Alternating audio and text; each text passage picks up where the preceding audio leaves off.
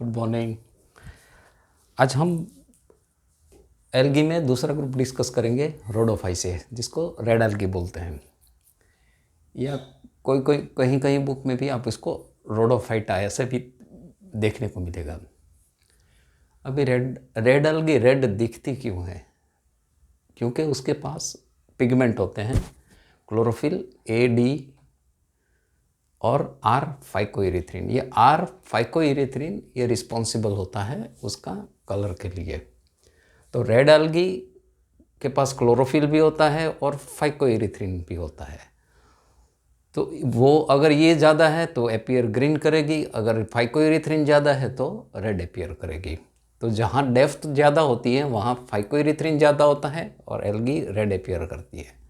जहाँ डेप्थ कम होता है वहाँ क्लोरोफिल ज़्यादा होता है और वो ग्रीन एपियर करेगी।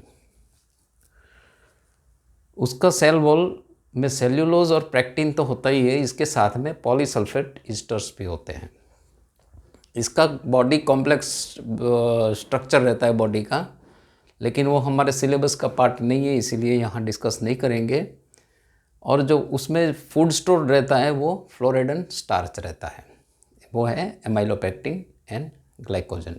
ये सिमिलर मॉलिक्यूल है, मतलब फ्लोरिडन स्टार्च हैज़ ये जो स्टार्च का जो मॉलिक्यूल रहता है फ्लोरिडन स्टार्च का, वो एमाइलोपेक्टिन और ग्लाइकोजन से मिलता जुलता मॉलिक्यूल है। मतलब ग्लाइकोजन नॉर्मली एनिमल में जो कार्बोहाइड्रेट स्टोर होते हैं वो ग्लाइकोजन फॉर्म में होते हैं, प्लांट में जो स्टोर होते हैं वो स्टार्च के फॉर्म में होते हैं।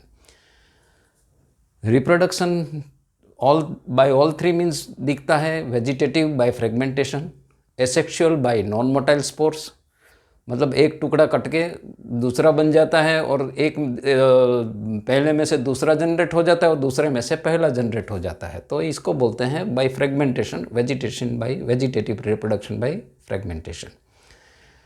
एसेक्सुअल मोड ऑफ रिप्रोडक्शन में नॉन मोटाइल स्पोर्स होते हैं, मतलब एक स्पोर होता है जो मूविंग नहीं होता, उसका फ्लैजेलेटेड स्ट्रक्चर नहीं होता है और उसमें से फिर से रेड एल्गा एपियर हो जाती है।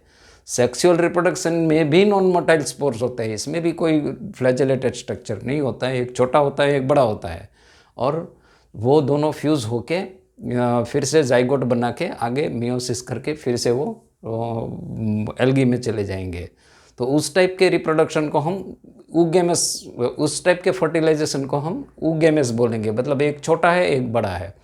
तो इसमें नोटवर्दी पॉइंट ये है कि कोई भी स्ट्रक्चर फ्लैजेलेटेड इसमें नहीं आता है, वेदर स्पोर्स में देखो या सेक्सुअल के जो स्पोर्स है और नॉन मोटाइल सारे स्ट्रक्चर है नॉन फ्लैजेलेटेड है। तो ये क्वेश्चन एक बार कॉम्पिटिटिव एग्जाम में पूछा था, इसीलिए मैं अभी बता रहा हूँ कि रेड एल्गी में कोई भी फ्लैजेलेटेड स्ट्रक्चर नहीं आता है।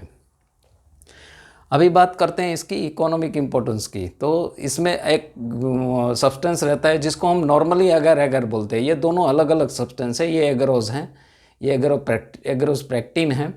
ये नॉर्मली मिलता है अपने जिलेडियम से और कॉन्ट्रस से। ये दो जिलेडियम और कॉन्ट्रस, इसमें से दोनों में से एक्सट्रैक्ट होता है अगर अगर, और दूसरा कॉन्ट्रस में से दूसरा मिलता है कैरेजिनिन। कॉन्ट्रस को आयरिश मॉस भी बोलते हैं और आयरिश फेमाइन के टाइम इसको खाने के लिए इस्तेमाल भी किया था उन लोगों ने। कैरेजिनिन है वो हाइड्रोकोलॉइड है। हाइड्रोकोलॉइड माने जो हम सूप में डालते हैं तो थोड़ी देर के बाद नॉर्मली क्या होता है, हम चॉकलेट मिल्क बनाते हैं तो चॉकलेट का पाउडर डालते हैं, 15-20 मिनट रहने देते हैं तो चॉकलेट नीचे धीरे धीरे सेटल हो जाती है।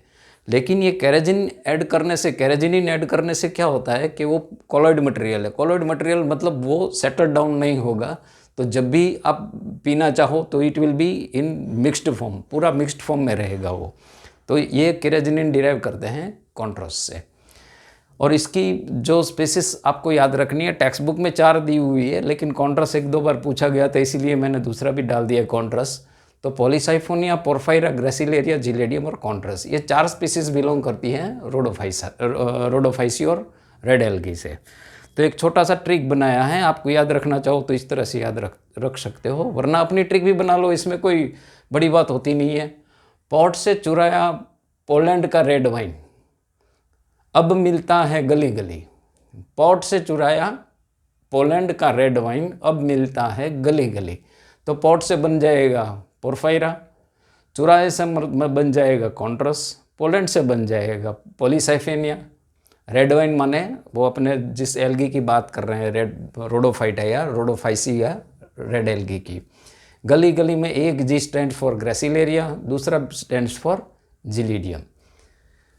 तो ये हमारा आज रोडोफाइसी खत्म होता है। एक अभी ब्राउन algae बाकी रह गया है, तो ये नेक्स्ट टाइम से हम वो वाला क्लास कवर कर लेंगे। आज के लिए इतना ही। Thank you very much.